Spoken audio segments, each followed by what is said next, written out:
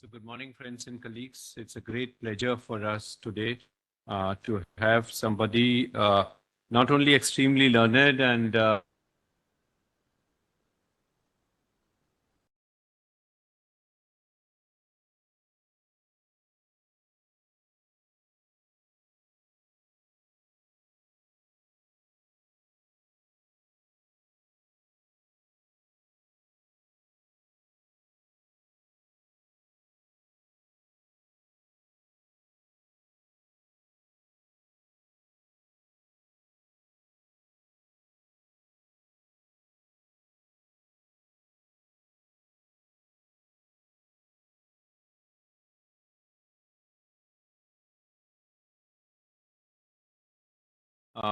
closely washed are something that all developing countries are targeting at.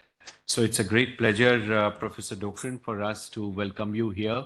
And I'm also extremely happy that our chairman of the Research Advisory Committee, Ambassador Sudhir Devre, is here, who is chairing the session today. He's chairman of RIS Research Advisory Committee. I'm also to welcome His Excellency Dr. Roger Gopal, the High Commissioner of Trinidad and Tobago, and somebody who is equally learned. And I was very impressed to hear his comments just a while ago. Yeah. His idea of individuality versus collective action. So I think this is something extremely impressive. Friends and colleagues, as you are aware, RIS hosts what is called as Dakshin, and we are trying to work out not only the letter of association with these institutions across, but also in terms of strengthening our partnership with institutions. And it was in that context we came across on recommendation of Indian High Commission and the Ministry of External Affairs. So we are extremely happy that Professor Dokrin, we are in touch with you. Your role in Trinidad Tobago in the capacity in central bank and in Ministry of Finance has strengthened the shape and also the trajectory of economic growth. In India, we have been during the G20 presidency, RIS was very closely working with the government and trying to shape discussions and issues at the academic level, also providing inputs on both the tracks, the finance track as well as in the Sherpa track, more so in the Sherpa track with my colleague Dr. P.K. Anand leading our agriculture track on development. So he was part of the team which contributed immensely in terms of focusing on the issues that developing countries are facing in agriculture. Our idea was also in terms of focusing on multilateral development financing, something that has bothered us a lot. And as you are aware, in the finance track, we got the expert working group constituted, led by Dr. N.K. Singh and Larry Summers. Our idea was that MDB, the Multilateral Development Bank recapitalization is focused at. Our idea was to see how during the COVID and after that, the crisis has actually deepened the availability of capital, which is at effective rate that is relevant for the global south. Unfortunately, we have landed up in a situation where several African countries have to pay far greater rate of interest than it is available to Germany or France, the cost at which the capital is available. So the liquidity is a challenge, the access is a challenge. And this is something that we thought of sitting in a closed door room. I can always mention in terms of how much struggle there was in terms of getting the recapitalization idea accepted in the G20. There was stiff opposition despite of the fact that indebtedness of the global south has gone up. The indebtedness of African countries has gone up. The indebtedness of emerging market themselves have gone up. The African countries are 25% of African countries are paying almost 70% of the earnings from foreign exchange that they have in terms of the interest payment that they have to make. So from that point of view, the challenges have multiplied. The idea for emerging markets themselves, the costs have gone up by $40 billion. So our idea is to have better, bigger, and bolder MDBs, which are trying to bring forward the concept in terms of effective multilateral development banks for countries that are facing the challenge of climate change. This challenge is equally sort of problematic in terms of development. So the idea of Dakshin is basically, sir, to bring forward a development paradigm which is compatible with the new standards that we need for our development, which are more compatible with the idea of lifestyle for sustainable development. So with rising prosperity in the global south, we cannot adopt Western lifestyle indicators and standards. So from that point of view, without compromising material prosperity, how we can achieve better life standards without much carbon footprint, what technological change is required, what new capital is required to change that without adding carbon footprint. India, the recent development initiatives being documented by my colleagues at Dakshin in agriculture, in health, in digital solutions are trying to document what is it that India can take to other countries and what is it that we can learn from them. The philosophical framework of development gives us the bandwidth to absorb some of the lessons that are relevant for our development. So what that alternative development paradigm should be, how we can bring in the idea of inclusivity in our development process. And from that perspective, idea of bringing in our youth on one page. So RIS was part of the University Connect. In our approach here at Dakshin is to collate these development experiences. We are very soon planning to have the first Global South Summit, which would be in December. We are inviting all the think tanks. Our idea is to reach out to 120 developing countries, and my friends have already crossed 100 countries, and they are signing these LOAs with different think tanks in these institutions and trying to bring them on board as to what new change we require in our development approach, in financing of it, but also in terms of technology support. So I keenly look forward to your address today. We have requested Ambassador Devre to chair the session, guide us through, and also at the close, we would also have the pleasure of hearing the High Commissioner today. So without further ado, I request Ambassador Sudhir Devre to lead us through this morning. So over to you. Thank you very much, Dr. Chaturvedi, distinguished faculty members of RIS and colleagues. It's a great honor to welcome in our midst today His Excellency Dr. Dukran from Trinidad and Tobago.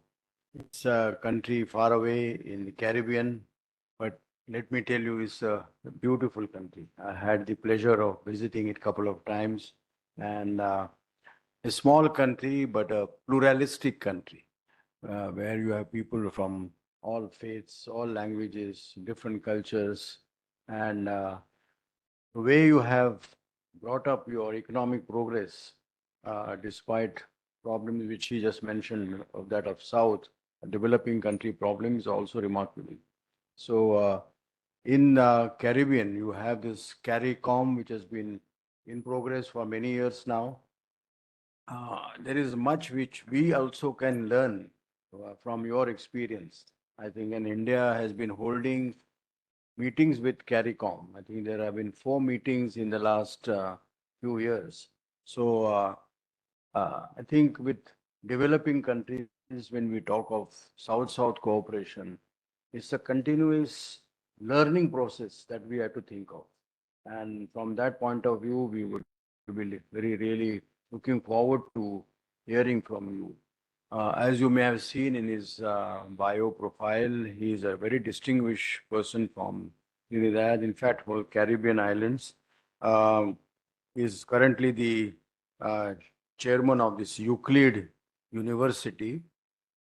Formerly was the finance minister and the foreign minister of Trinidad and Tobago.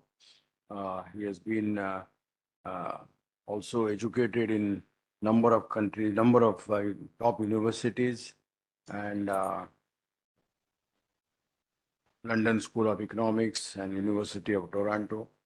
So he was also awarded the Pravasi Bharat Sanman in India a few years back, and also has been given the Order of the Republic of Trinidad and Tobago in economics in 2015, one of the honors of the highest honors of Trinidad and Tobago. We also are very happy to have welcome you, sir, High Commissioner Mr. Gopal, a very learned educationist also, and would like to welcome you again and again to RIS because Dakshin is a new institution set up with RIS. And as the word, as I was just mentioning to you, the word itself means development and knowledge sharing initiative. So this is Dakshin means south and also related to development and knowledge. So this is a concept which was progressed during the G20, and soon after the G20 concluded in India, Prime Minister inaugurated this Dakshin in our premises. So this is the institution which will over the years acquire our own status, but wedded to South-South cooperation that it is in line with agenda of RIS, which is now in its 40th year, 41st year. So with these words, may I once again extend a very hearty and warm welcome to you also, sir, and would like to request you to please address us. Thank you.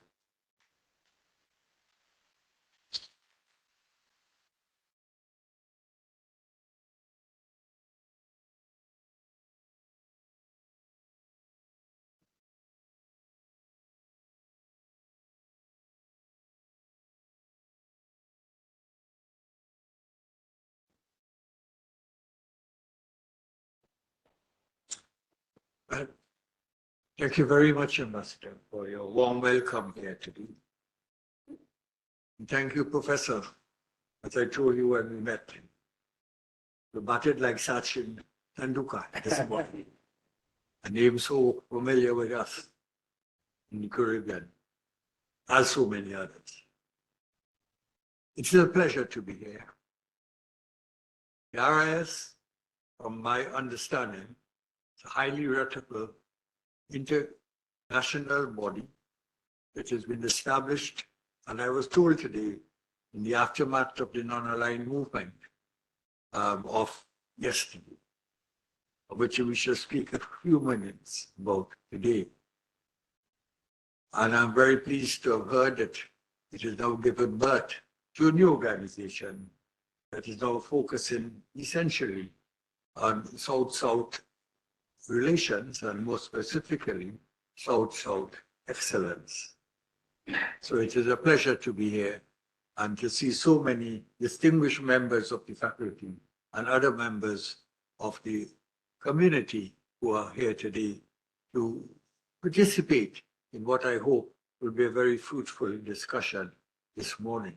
I'm pleased that His Excellency has joined me here this morning, and I hope, as you rightly said, this will be perhaps the beginning of a new association between our High Commissioner here in Trinidad and Tobago and your organization. Well, let me start by going back a little bit on what really bonded us together, not only in terms of who we are and what we have become, but we're all aware of Mohandas Karamchand Gandhi. And I want to give a short quote which I did for an anthology that was written and published by the government of India. And this is what I said then. An exceptional leader, perhaps the finest political strategist in our century. Gandhi reminded us of the strength and power of moral philosophy as the anchor of building an authentic political movement. This is what Gandhi meant to me. The question was posed by the High Commissioner of Trinidad and Tobago too. And he then subsequently got it published in the 150th year publication dedicated to Mahatma. I think it is that freedom that we all share today. Not only me, not only us, but many, many millions of people throughout the world that will be a part of our own life and the life of our own countries. And it's a freedom that we must guard and we must ensure that we nourish, especially in today's world. That freedom gave expression to a new form of globalization. Globalization to which the Caribbean is very familiar. The Caribbean region involves not only the islands of the Caribbean, but the countries in Central America, which is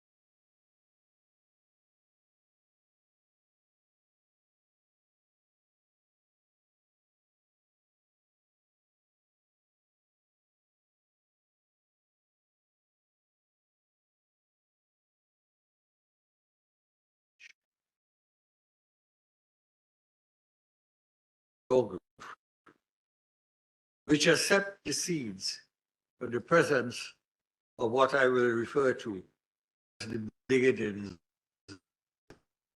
of a new Caribbean civilization. That civilization has roots in India too.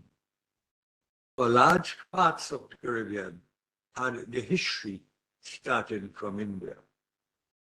So therefore, what we are talking about in this new trust that has taken place is really a new expression of the globalization that started many years ago. We have brought India to its present level of success. The seeds that have been established in the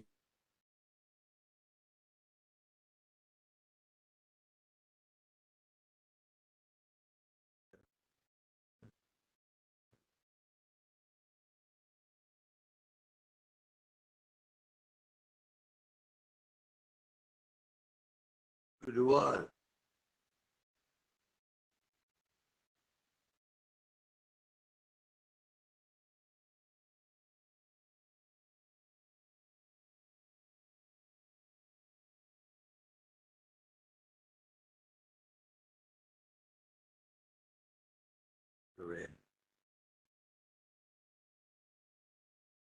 We know of V.S. Naipaul, a controversial writer, but a highly established one who won the Nobel Prize in Literature. And so too was Derek Walcott, another Caribbean writer and poet, who also won the Nobel Prize in Literature. These are extraordinary feats of personalities from the Caribbean, just a few, who have made an international mark for themselves and for the country as well. And it is but an expression of this new globalization that has come about from the history which I speak about. Some of these outstanding world personalities give expression to the fact that anything is possible in the Caribbean. While we recognize that island states are small, every country is but an island in today's world. And that's one of the major features may have prompted Prime Minister Modi to initiate this think tank on the issue of South-South relations. Every state is an island. It is in that context that I want to go through with you a few perspectives of how the Caribbean can be viewed from a global standpoint on the issues that we have been engaged in and faced. Small countries can and do live on the edge of history.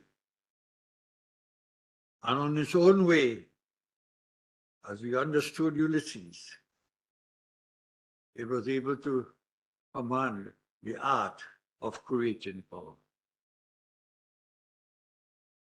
And the statecraft that is necessary for its own survival.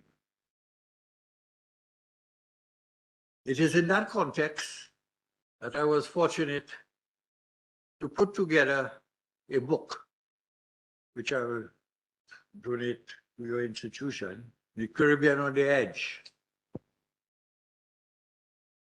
which I did while I was at the University of Toronto as a visiting professor at some point in my career. The Caribbean on the Edge is really a reflection of what Caribbean countries have found themselves in the field of stability, in the field of equality, and in the field of diplomacy. And I subtitled it, The Political Stress of Stability, of Equality, and of Diplomacy that is facing the contemporary Caribbean situation. Anthony Bryan, who is a well-known scholar of international relations, said of the contents of this book that it provides a roadmap for the survival and resilience of the Caribbean societies in the coming decades. The Caribbean on the Edge was written prior to the onslaught of the pandemic times. And in that particular book, perhaps one of the important models that were looked at was what I refer to as a loop-type cycle of shocks. A model with aftershocks and ripples to frame the recovery process to build an immune economy. That is the larger picture that we are faced with in the region. The strategy outline focuses on the notion of political stress in economic policy and spells a pathway for small economies to navigate the waters threatening to become a Category 5 storm in the aftermath of the pandemic. In anticipation of that storm, And when I returned in my last sojourn out of the country to Trinidad and Tobago, I was offered by the Vice Chancellor to join the University of the West Indies as a professor of practice. And he told me that he wanted me to really share the world of practice with the world of theory. For we have had and we've produced so much of a theoretical nature, but we still not able to see the rewards of that theoretical understanding in the practical realities of life. So I set about taking his word, Ambassador, you will know, because you were of that vein, coming from the ambassadorial position into the scholarly world, trying to make the link between both worlds. So then I started to look ahead and to say, well, what must we do in the Caribbean in order to be able to reset, in order to be able to reintroduce the expectations that our people had in the post-independence era. I brought together a number of scholars, both in and out of the Caribbean. And I must tell you, there was one scholar who was from JNU, who unfortunately I do not have him in the book, because we had lost him during the pandemic. And this afternoon I'll be speaking to JNU in his honor. But many other scholars, including scholars from the Pacific Islands, and more specifically Fiji, who has a similar set of eco-geological and economic frameworks.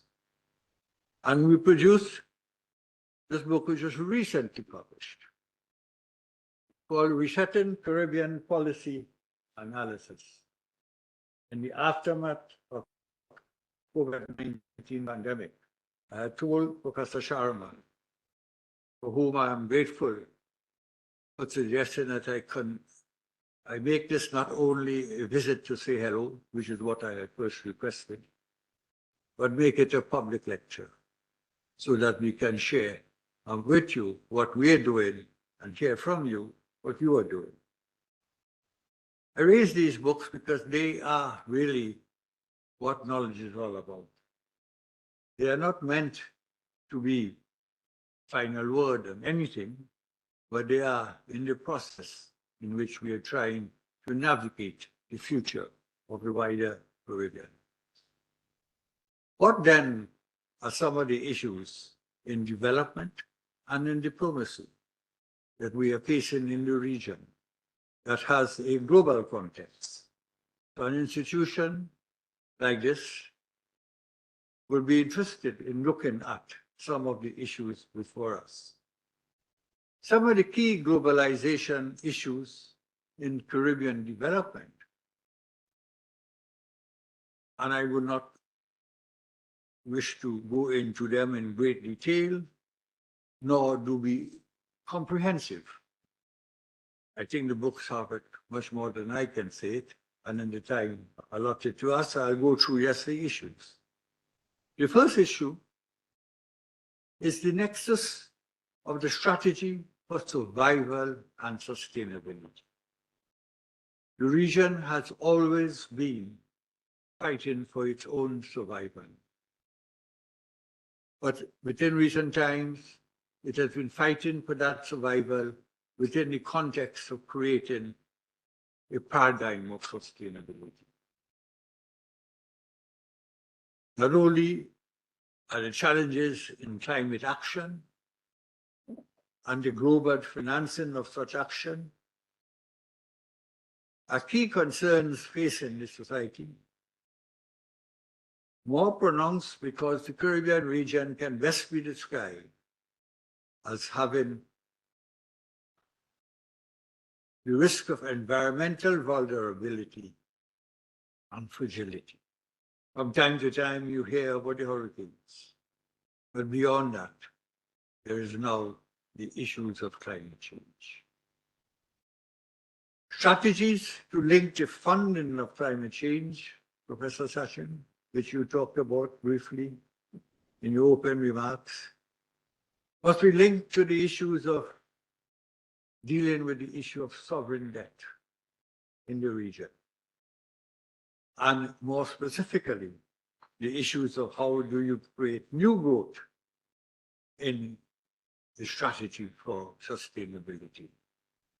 So there is a key issue that researchers, both in the Caribbean and from outside, who can look at merging the funding of capital, of funding for climate action, funding for national debt, and funding for growth. And to me, that is one of the key issues that we are facing that cannot be resolved from within the national borders. It must be resolved from a global perspective. And within that global perspective, we can find how the Caribbean can benefit from it. It is that nexus that has meant that the United Nations Sustainable Development Goals is clearly beyond the reach of the Caribbean, notwithstanding how it is measured and what is its status, because of those three funding issues that have not been resolved and cannot be resolved and must be resolved by a global conversation. How and when, I have no doubt that your institute and your organization might be able to shed some light for us. It is, therefore, one of the first issues that I raised in terms of the global aspect of Caribbean development or sustainability. Located with that argument is that the Caribbean and Latin America has been under what has been called many traps in development. Being in a trap in development means that you're caught, not knowing how to come out of it. And this applies not only to Caribbean, it applies to Latin American countries. The Economic Commission for Latin America and the Caribbean has done a lot of work in this regard and have identified the traps facing Latin American development. Those traps are manifold and in many dimensions. But one trap that is of peculiar significance to the Caribbean is what I call the middle income trap. The Caribbean, for some reason, has been able to achieve a reasonable level of income, coming from where it started in the post-independence period. But it has reached a point that it appears that it has plateaued. And there is no way of getting out of that. It is referred in the literature as the middle income trap. The middle income trap is really reinforced by the international political economy that poses obstacles for small countries, not only in the region, but everywhere else in the Pacific, to be able to compete internationally, in spite of the rhetoric of competitiveness, and in spite of the rhetoric that we hear from the international financial institutions.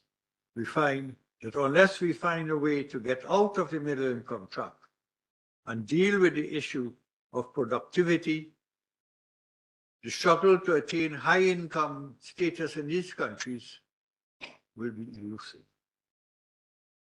The trap will end up reversing past development gains and induce issues of security challenges, not only within the region, but off the region to the world. And I think there's a point that has never been fully understood. In spite of, from time to time, there have been upheavals of security nature in the region. Lincoln, therefore, a social compact between finance and security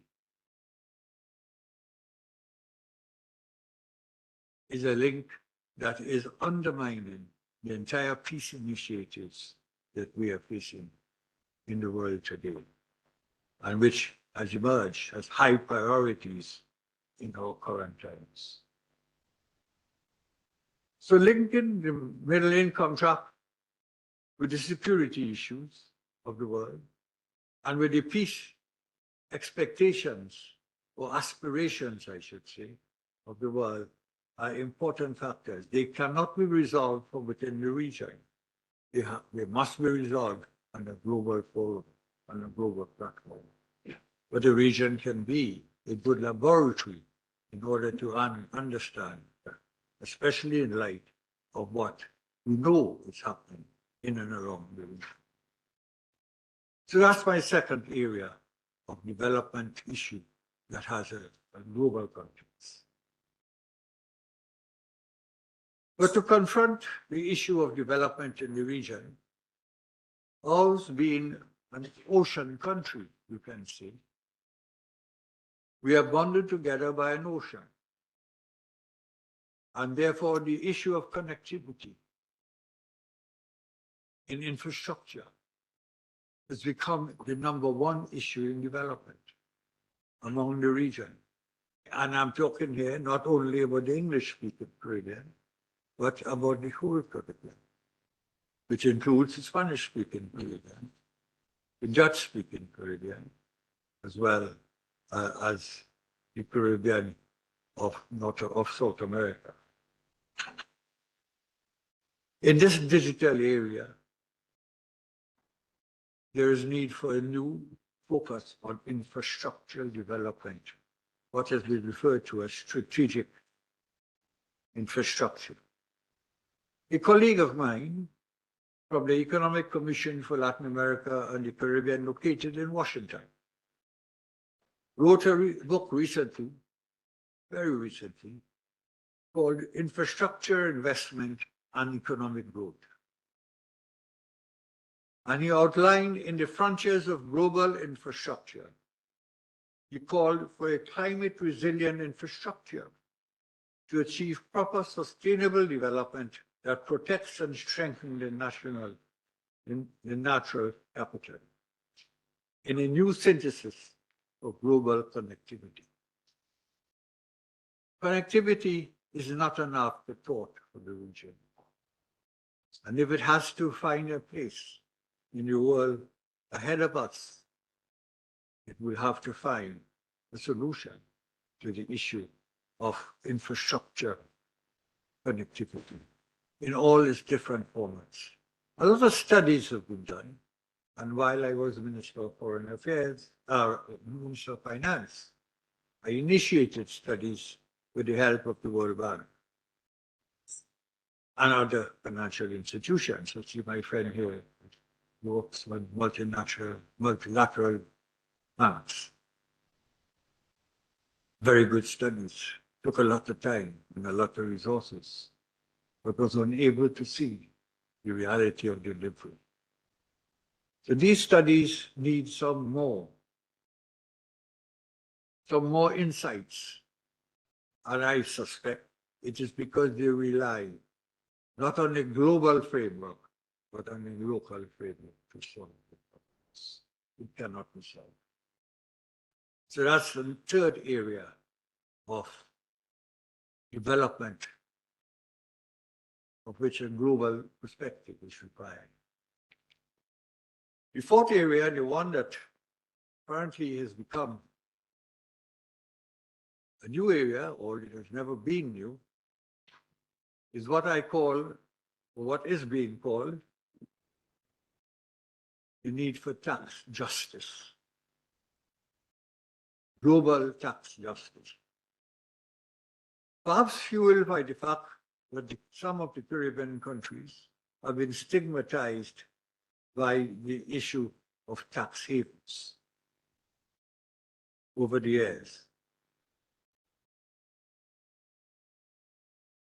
A young economist, her name is Mala Dukharan, very similar to mine. Her father tells her that I have the wrong spelling of that name. She had the Sanskrit spelling, and hers was correct. Whoever is correct, she speaks a better language than I do on this issue. She recently gave a memorial lecture in the name of Owen Atta, the former Prime Minister of Barbados, a week ago, in which she said and highlights how colonial legacies and current global economic policies have made it difficult for Caribbean countries to achieve economic sovereignty.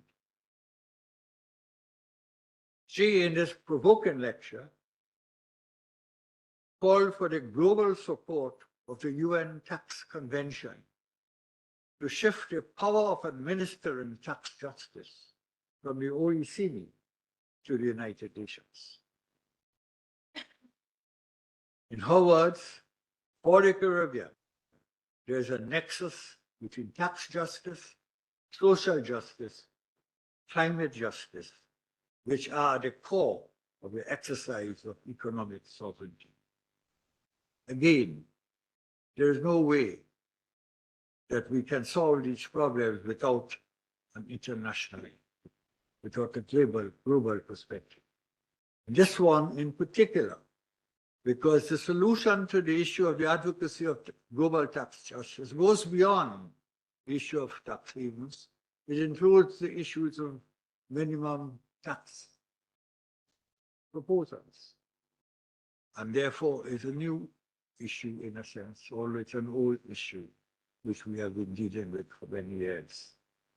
I suspect that that will be a most promising area of research and advocacy that will come out of the work of your researchers and researchers elsewhere. And in the Caribbean, which has been started by that particular Marla Bukaran in her work. She has done much more on it. So those are some of the economic issues that we are facing.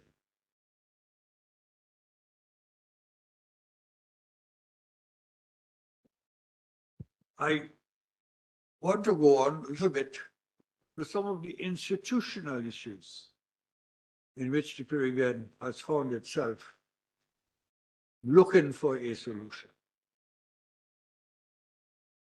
To do that, I draw on the work, some of which is in this book, of Professor Manfred Jansen and myself, who talked about the emerging one world information space. And in particular, the shifting paradigm of the power of global business and the role of the state acting as a catalyst for development. In the early period of development, we relied heavily on the thoughts that came out of the development plans of India, of what were the integration plans of Europe. The paradigm that informed those particular initiatives were not built on a one world information space. They were built on national spaces. The new development plan of the world was built on a one world information space and the impact that it is having on global business. And therefore the new realignment that is taken. There are many global businesses that are operating in the region, particularly in the energy sector. And therefore, there's need now to find a new model of the role of the state in dealing with these issues. The old paradigm, which has been in use for some time and continue to be in use, of tax incentives and all that are associated with that, are not reaping rewards. And therefore, it is necessary now to reframe the entire debate on global business, the role of the state. Once again, this is a global issue. This is an issue that the Caribbean can lead in terms of its experience, but the Caribbean cannot on its own find the solutions to those. It cannot do so without a global context. And this is that context, I believe, some intellectual work is required, Ambassador, in order to be able to find different ways by which we can find changing roles of the state in the new paradigm power coming out of the one world informations. Much of this is done in chapters, one of the chapters in this book.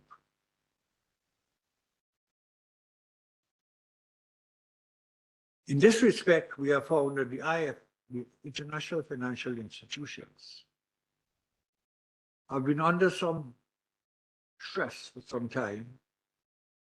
And you mentioned that, Sachin, to look at the issue of access and eligibility for small countries. Or you didn't say small countries, I'm saying that response to what you have said. But what we have found in the Caribbean, that there has been some changes. And there have been changes in respect of the IMF, in respect of the World Bank, to a lesser extent with respect to the other development finance institutions. But those changes have taken place within the ambit of what I call, and you call, the criteria of access and eligibility. What really has become key issue now is not so much access and accessibility, but the issue of governance and the issue of deliverables. In other words, making it happen. Not knowing what to do, but knowing how to do it. And you can only solve the problems of how to do it by being inside the governance of the institutions. Because these are not things that researchers can look from abroad and solve for you. And therefore, we are saying small states must indeed get involved in the debate on the governance and on the deliverable systems of international financial institutions, if they are to make a difference. Too often, substantial funds have been spent in the name of development that do not develop. And therefore, we need to go deeper and look at how we can change that. And I sense this is what has been said by your good self earlier today. And I independently have come to this view. In fact, there are some studies that have shown that the flow of funds between the region and the rest of the world have been negative in terms of outflow and inflows. In other words, more funds flow out of the Caribbean than flow into the Caribbean. When you add them up in terms of private capital, in terms of multilateral development capital, in terms of ODA capital, and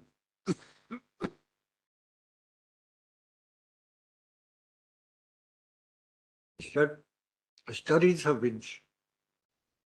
shown that the net outflow of funds is greater than inflow. How could countries have a sustainable development path when the flow of funds is persistently on an outflow path? This is because the Caribbean's history was based on the extractive industries. This is because the entire system upon which the economic framework would be built was based on an extractive system. And all the various institutions and incentives were aimed at that outcome. So there's more reason why in this world, one world information space, that we need to look very carefully at the international flow of funds. Caribbean can do the studies, but the Caribbean cannot change the focus of those ways.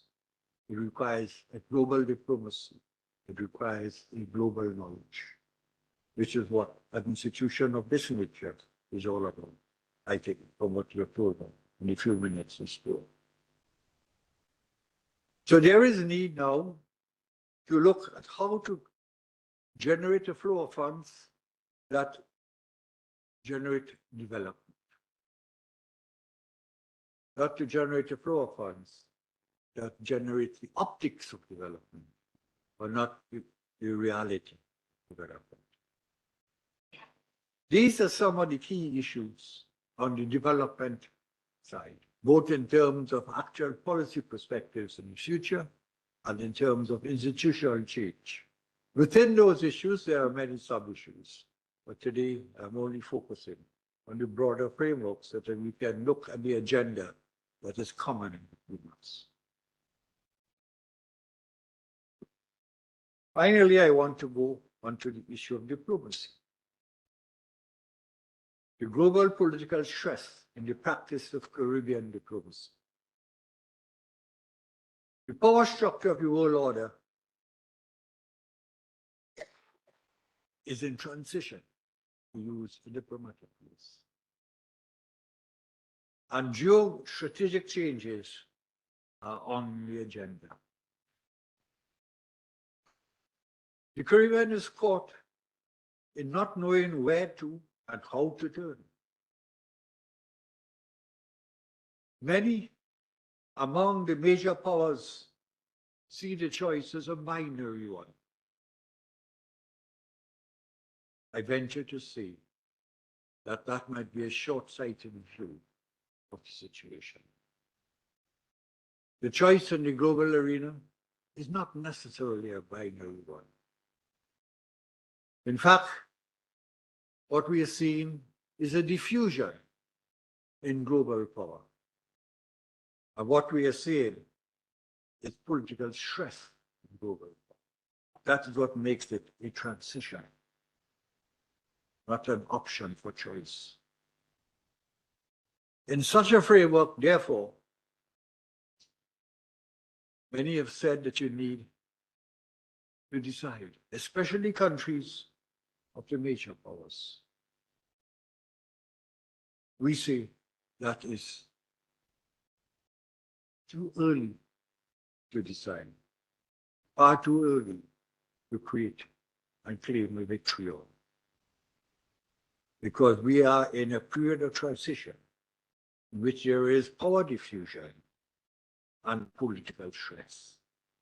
In such a situation, therefore, Professor Andy Knight, one-time head of the Institute of International Relations, where I now serve, but today professor at Alberta, University of Alberta in Canada,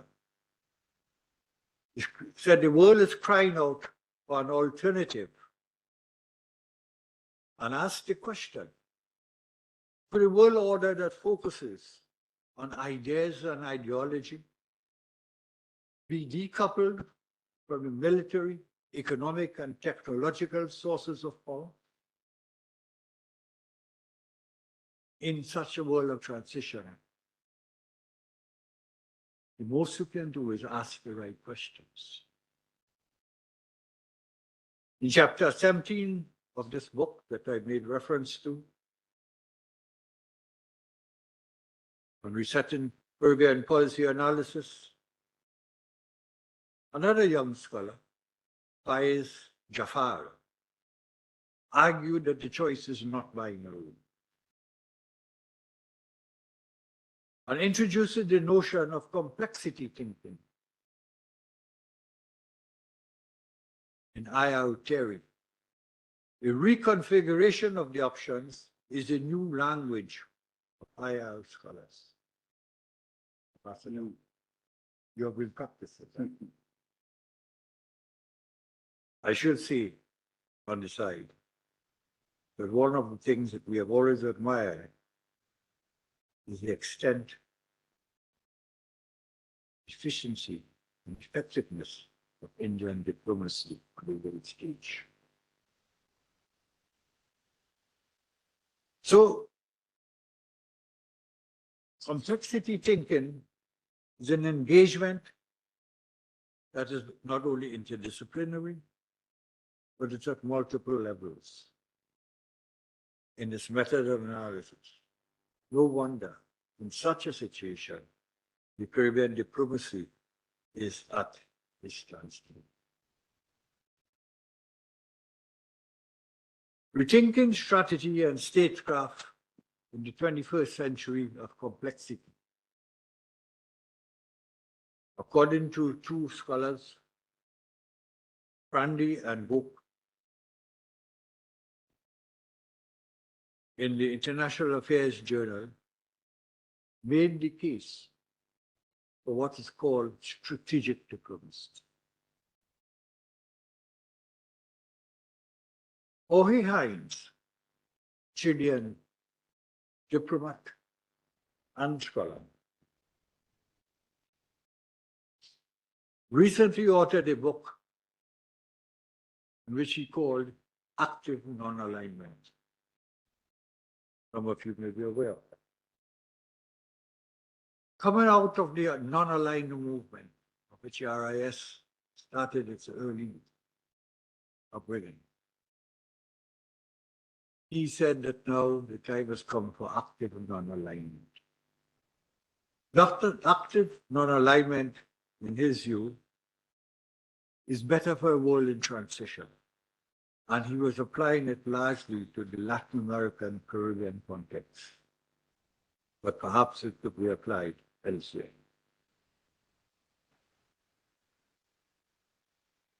He offers this as countries with the global south as a pathway to assess their autonomy on the international stage. But this, however, begs the question, what is the global south? Is it a mere linguistic combat? Or does it have geopolitical meaning? Sometimes it's an issue we must address. The global south may just be a linguistic combat. Active non-alignment, these are my views, may just be linguistic.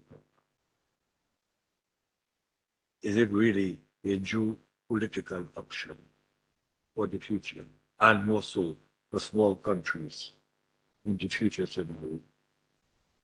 We need to provoke at times in order to find that your very existence might depend on the definition of the whole order. That the whole order is good. So, reference to diplomatic relations between the Caribbean and India, which is a comment I would like to make on, is already in a complex situation. But the Caribbean is complex and not a single Caribbean. There are many Caribbeans. And India, of course, is a single country, but there are many Indians. And as was pointed out by a very good ambassador, the issue of collectivity dominates Indians' thinking, which I learned today. And we in the West have been sold on the issues of individuality. Much of our conflict and political stress is based on the acceptance of a Western concept of individualities and individual rights in a cultural framework that is foreign. I don't think many people understand that yet. But we will see. But in terms of a relationship between India and the Caribbean, I think perhaps there is need now not only to look at what has been the focal point of that relationship. It has largely been on diaspora issues and on issues of cultural identities. And that has served us well and continue to serve us well.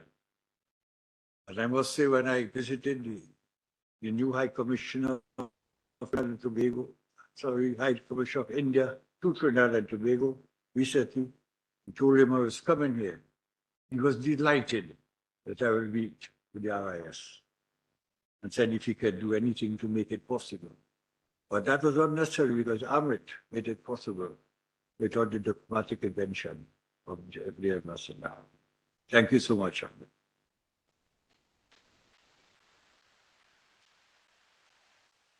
So, advocacy on the global stage is one of the areas that the South Center for Excellence might find it useful on issues of sustainability, on the issues of the middle income trap, on the issues of global justice, on the issues of strategic infrastructure, on the issues of resetting the IFIs as opposed to reforming the IFIs. Fundamental difference in approach. And on the issues of resetting the issues of the binary choices facing small countries or the more complex choices in the world in transition facing small countries, which I spoke about earlier. But I did not raise an issue that has now come on the agenda, and that has to do with the whole issue of small states in the question of the United Nations reform process, of which India has and continue to play, and is positioned to play a very important role. More specifically, what has come on the agenda is the need to have a rotating seat for small states in the Security Council.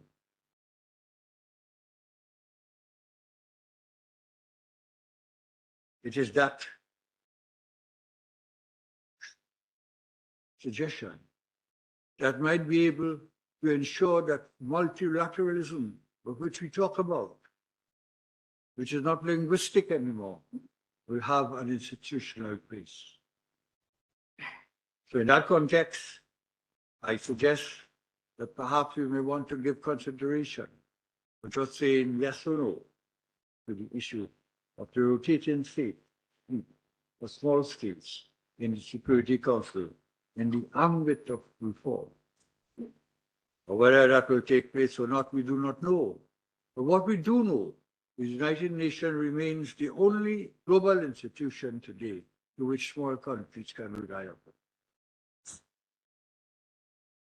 And therefore, it is our job to strengthen it and build it. And we need countries, other countries, able to do so. In that sense, therefore, the relationship between India and the Caribbean should shift from becoming a relationship that is located in diaspora studies, diaspora works, or interests or concerns, and identity issues to issues that are more global in nature, that will serve the region better, will serve the Caribbean better, will serve the world better. And it is that old frame that today looks tired and limited might also apply to foreign relations between Trinidad and Tobago, I should say, and India, as well as the other countries. And finally, the Caribbean has found new sources of wealth. And what has happened in Guyana and Suriname. And it's important to bring in the concept of a converging Caribbean into the structure for the future.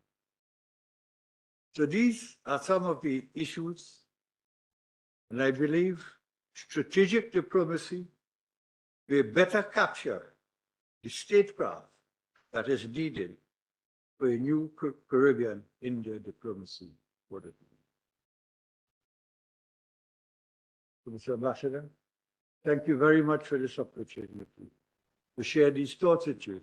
I'm happy and willing to carry on the conversation today. Thank you very much.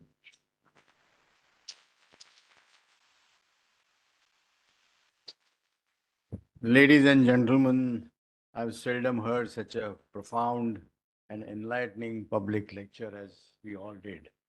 And I'm sure all of us agree that what a brilliant expose it was, covering the Caribbean perspective from the country of Brian Lara, IBS Naipaul, and the olden days of three Ws in cricket. Yes. And the global dimension which you gave to all these issues. I think what small countries of the Caribbean they are faced with, as you mentioned, the binary issues of, and the issues which you listed, namely the nexus between sustainability and the environmental fragility and so on, the middle income trap, the ocean countries and the issues of the strategic infrastructure or the need for a tax justice. All these, I think, are highly intellectual issues which really would require considerable research at our end in RIS. I think your two books are really yeoman, studies, and I think we would need again a detailed analysis of this at our end. So, with these things, these thoughts which you have shared, I have no doubt my colleagues here would like to have some observations, questions, and I would like to leave the floor open to anyone who would like to inquire of Professor Tukaran on his studies. Yeah.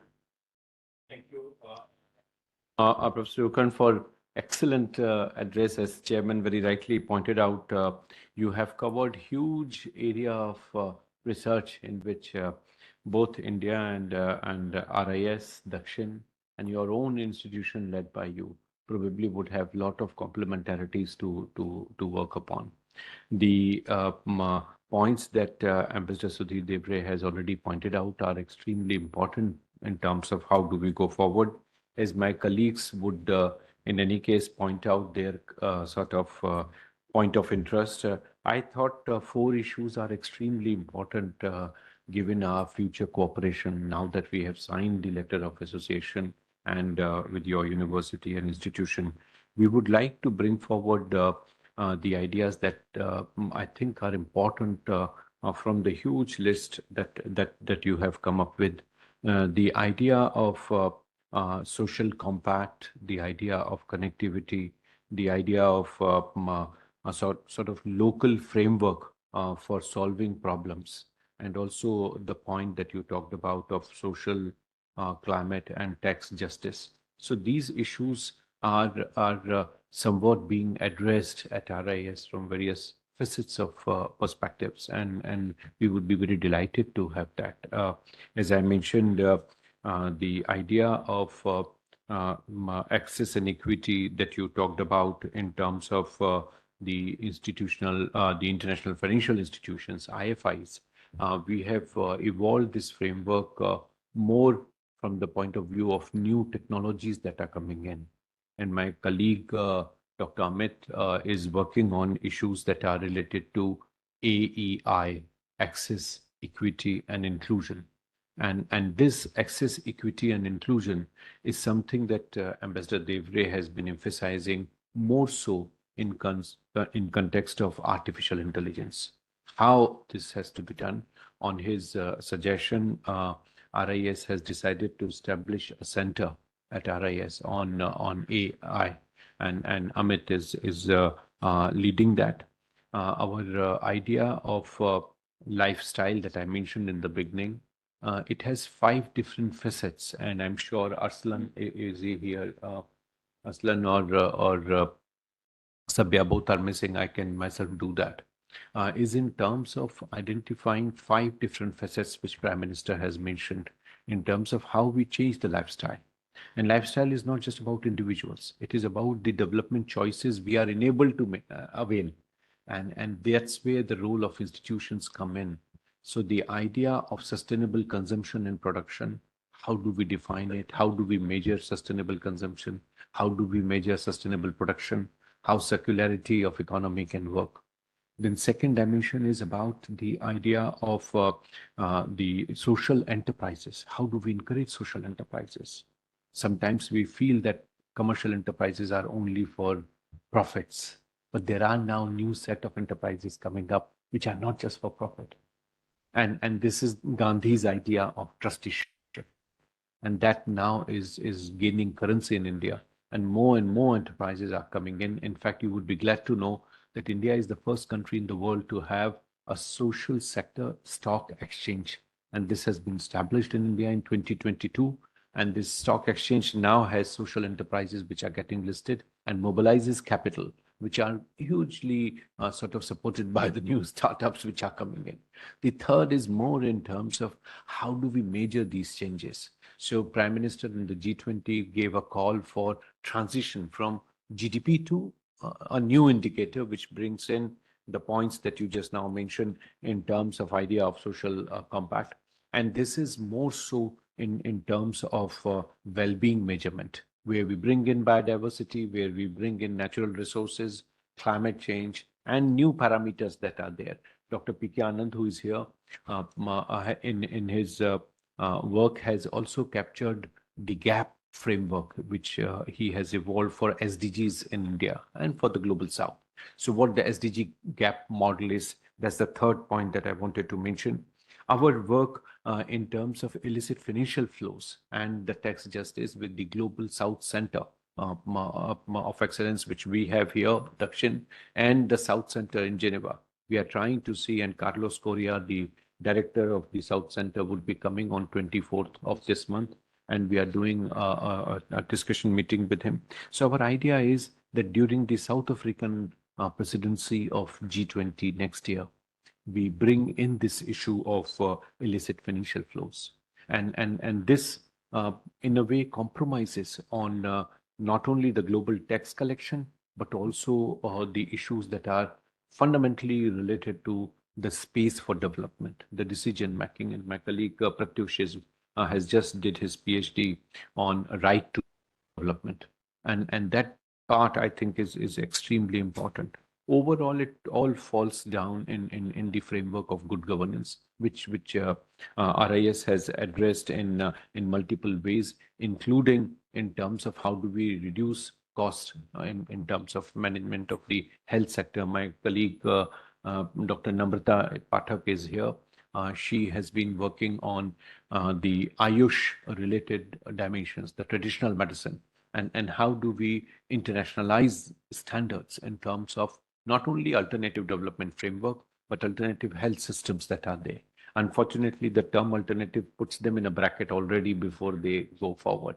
So we are pushing in that more in terms of not only Indian traditional medicine system, but also trying to identify Caribbean traditional medicine system, the traditional medicine systems in Africa, in Latin America, and also within Southeast Asia. And these complementarities, Namrata and her team are trying to explore and connect in terms of taking them forward. So maybe I think some of my colleagues can supplement on these and other lines.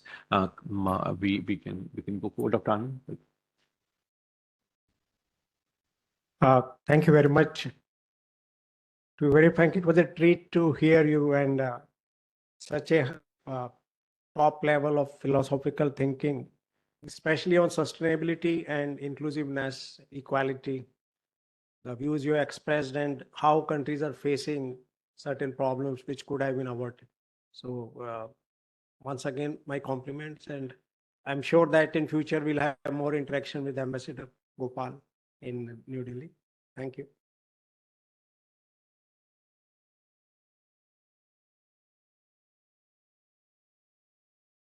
Thank you, Professor Dukran. I mean, sometimes Monday mornings can be lazy, but it was such a I mean, no Monday morning blues for us, hearing such interesting points and talks from you. I mean, some of the things that you have said is extremely bang on in terms of Caribbean and Latin America, because I spent some years in the Central American region of Costa Rica. So most of the issues that you mentioned are very much part of not only the small island nations, but also which are part of the Central American territory. So, I mean, thank you for this. And of course, we'll be staying in touch. And after this meeting, we'll have a special Dakshin meeting with you as well to take this forward. Thank you, sir, for such a good lecture. Sir, the issues that you raised was of ocean connectivity. And one thing that India right now is majorly focusing on is blue economy. So blue economy in context of Caribbean islands as well. So we have United Nations, which is focusing on blue economy development in the Caribbean islands. And how do you see that how blue economy, that this new paradigm can change because of the dependence on the tourism sector and the fisheries sector? So how this can change or develop the economies in the Caribbean? Thank you. Thank you, sir. Sir, you did give us a very beautiful lecture on the role of the South-South cooperation. And within that context, you see the access and inclusivity with respect to health then becomes such a big imperative for the countries to attain their health goals. And in that context, again, the role of these medicine systems that have been a part of the health systems of these countries of the South, while there is a strong need for also adhere to efficacy norms that has often been talked about, say with respect to evidence-based medicine, that these countries often don't normatively subscribe to with respect to the paradigms that have been imposed with respect to Western medicines. So what can be the norms of cooperation within these countries to include these systems as a part of the healthcare access and inclusion, and what can be the challenges that we can expect to face? Those could be something that we need to explore.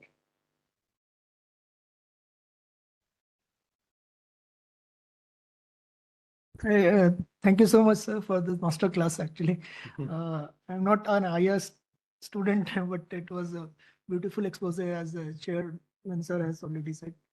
I work on STI vertical at RIS, particularly emerging technologies, and on AI. We have been following this discourse at both national and global level, and what we have found that, as DJ Sam rightly mentioned, this missing AEI in AI.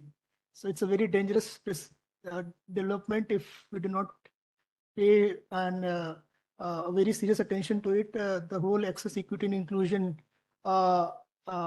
is at danger. The kind of development we are seeing on AI, which is led by big techs, mostly Western big techs, and if you are using internet, everybody is at the receiving end. So it's time that we build that collective voice, as you rightly mentioned, Ambassador, that collectivism, collective approach, and we come out with an alternative paradigm or something of global governance, that we do not lose our digital sovereignty in this course of development.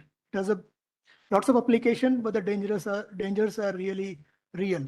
So I think we need to work upon it together. Thank you. Commander Shotri, yeah. You can take the mic. People are online as well. Our Honorable Prime Minister has defined 3 T's to all our missions abroad: technology, trade, and tourism. You added 2 more T's, Trinidad and Tobago. It's full of talent.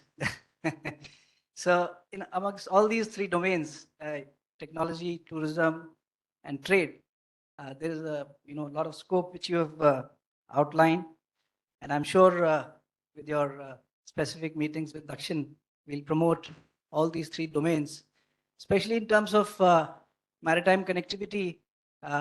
Caribbean nations, it's very important. Of course, so much of new resources are being found, and countries of strategic importance, strategic leadership or strategic thought is of utmost importance. So the things which you outline regarding collective infrastructure, collective individuality, convergent Caribbean will give us all the collective strength. So thank you very much for that, sir.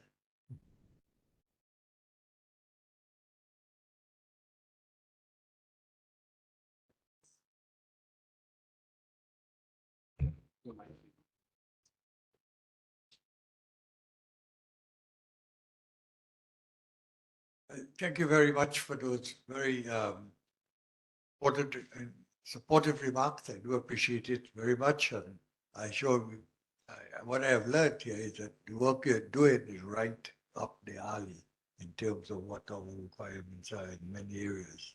So I thank you very much. I was enlightened by some of the thoughts here that came out today, not only in terms of the blue economy, but also in terms of addition of inclusivity on the issue of the resetting of the IFIs.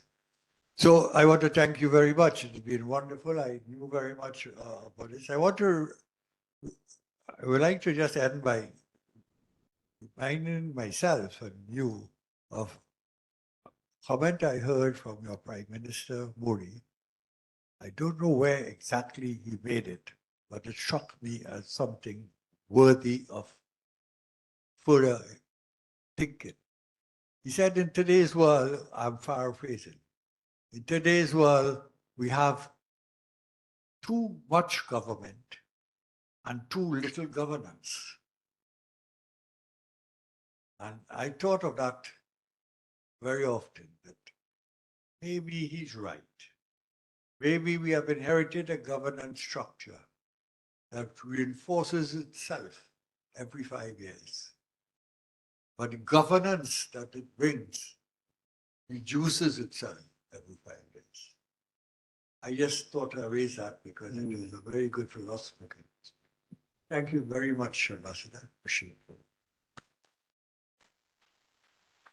Thank you very much, all of you. I would like to present these books on behalf of RIS to Honorable Dr. Dukaran. These are we completed 4 decades of RIS. These publications were brought out. And this is new development compact. We have listed these 5 modalities. So, Dr. Gopal, would you like to say a few words? Please. Yes. May I take the opportunity at this point to donate to the Institute these 2 books? Really? In the interest of knowledge. Thank you.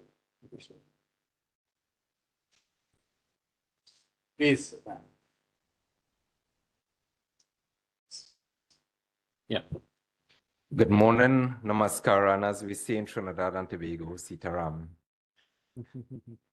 Normally, I will not speak after Professor Dukaran because, we have been blessed in the Caribbean to have persons like Bob Marley and we have Brian Lara, but we are also blessed to have someone like Mr. Dukaran that served Trinidad and Tobago and the wider Caribbean.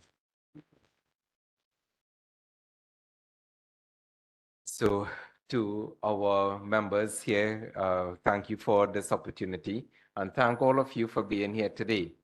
And for those of you who may not know, the relations between India and Trinidad and Tobago actually started in 1845, so it's nothing new. And this month in particular, we are celebrating 62 years of formal diplomatic relations. But that being said, we must bear in mind what Professor Dukaran hinted to and suggested, that we have lived in a world where historically we have seen the attempt to westernize Eastern civilization. Westernization not only in terms of their governance and their governance structures, but also in terms of their philosophy and their economic arrangements. But that is not the world today. We live in a world where we have seen India grown exponentially, and India's influence is now global. So perhaps we can identify the world now as no longer being westernized, but now being easternized. And the Western civilization is now looking at India. So I will now call it the easternization of the Western civilization.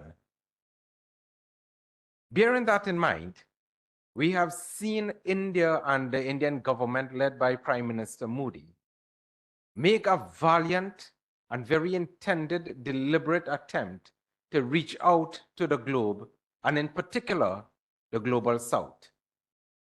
In so doing, India has been very successful in its attempts on many aspects, but in particular, we have seen many visits by the members of the Indian government in our part of the world just recently in Trinidad and Tobago. But we have also seen our leaders now visiting India more frequently than they did before. Just this year and in the past year, I can proudly say that I have met with the Prime Minister of Jamaica, who is in India, or who was in India just about last week or a week before. But we also had the Prime Minister of Trinidad and Tobago, who was here in May. And sometime before that, we had the Prime Minister of Guyana, and even before that, the President of Guyana in India. It shows the critical role that India is playing in the region as a whole and for Caribbean development. And while traditionally we have focused on trade and investment, the new paradigm has indeed shifted.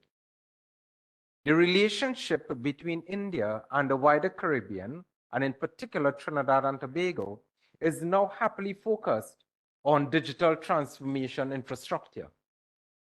We have signed an MOU with the government of India to address this particular issue, and now we are working with the government of India to build this particular infrastructure and now implement it.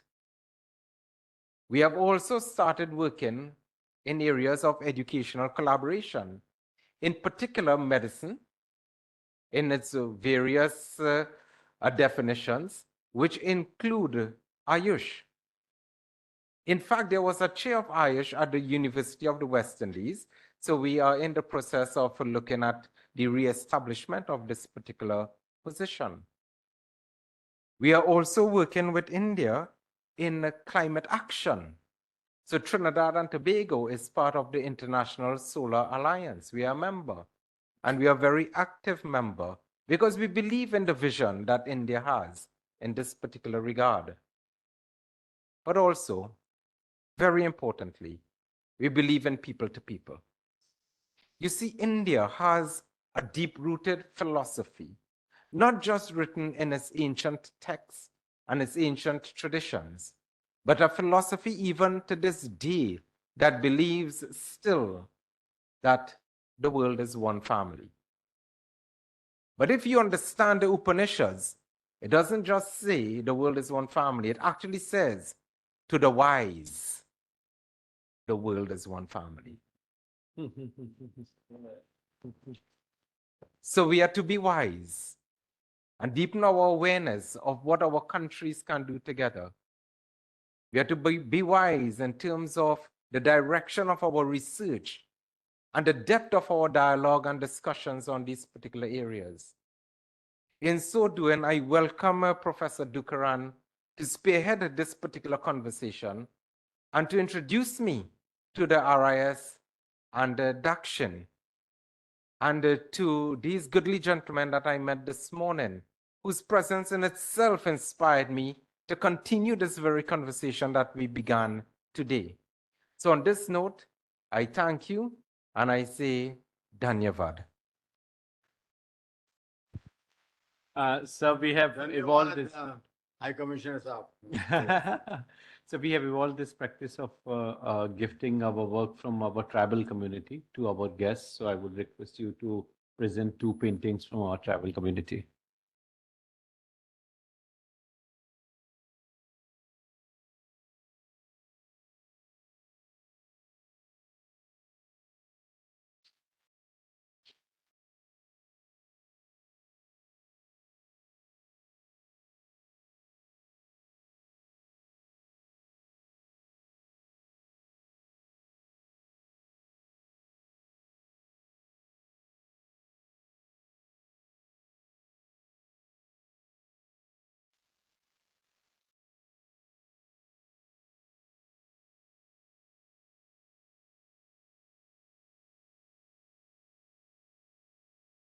Thank you very much.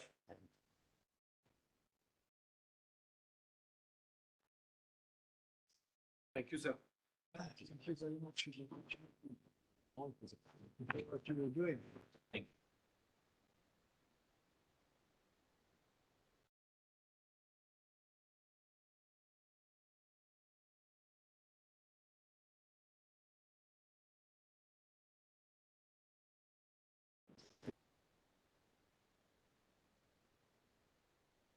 Sure.